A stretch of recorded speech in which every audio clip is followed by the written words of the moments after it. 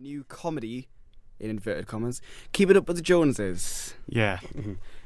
Comedy in the very, very strongest use of the inverted commas, Yeah. I think is right to preface this by. It looks funny. So, what? It does look funny. Well, you know, sometimes looks can be deceiving.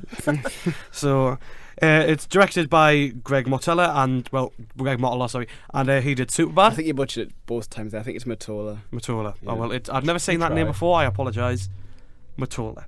So yeah, directed by the Superbad director, and basically it's about a suburban couple played by Zach Galifianakis, who's lost quite a bit of weight. He's looking really good. He's looking really good. Yeah. And Isla Fisher, and they are basically in a suburban neighbourhood, and they get strange neighbours who move in one day, played by Hamm and Gadot, and it turns out they are actually not as all that they seem, and they are actually international espionage spies, and they've got some stuff going on.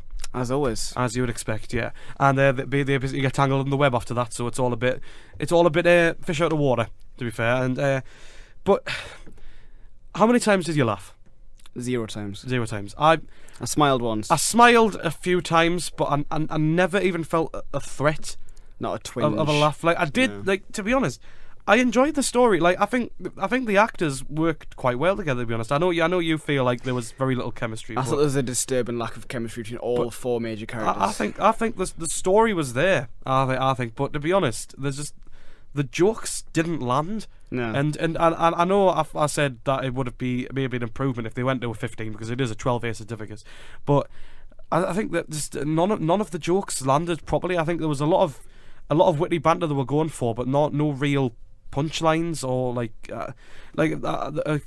you look at a film like The Nice Guys, where The Nice Guys is we're in different territory now. Yeah, it's a different ball game yeah, altogether. but like the performers there have gone to. I mean that there are some comedy beats in this that are similar to that because like I mean it goes for a lot of physical comedy things. I mean like it doesn't really land at all. Like you're watching it and you're like, when is this first gonna make me laugh? And you're waiting for a while. It never comes.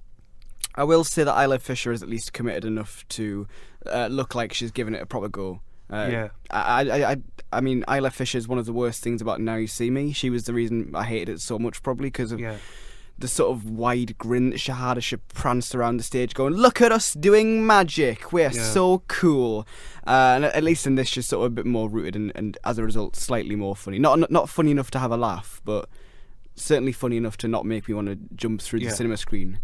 And Zach Galifianakis seems like what happened? Because I mean, he's lost all that weight, and he looks good, and he looks happy, and he looks fine and healthy. Yeah. And he's just in this, and it's just boring. And even he looks like he's sort of trying, I think, but to little avail, really. I don't know. And then for Jon Hamm, I don't understand at all because a lot of his roles have been in TV, where he kind of flourishes.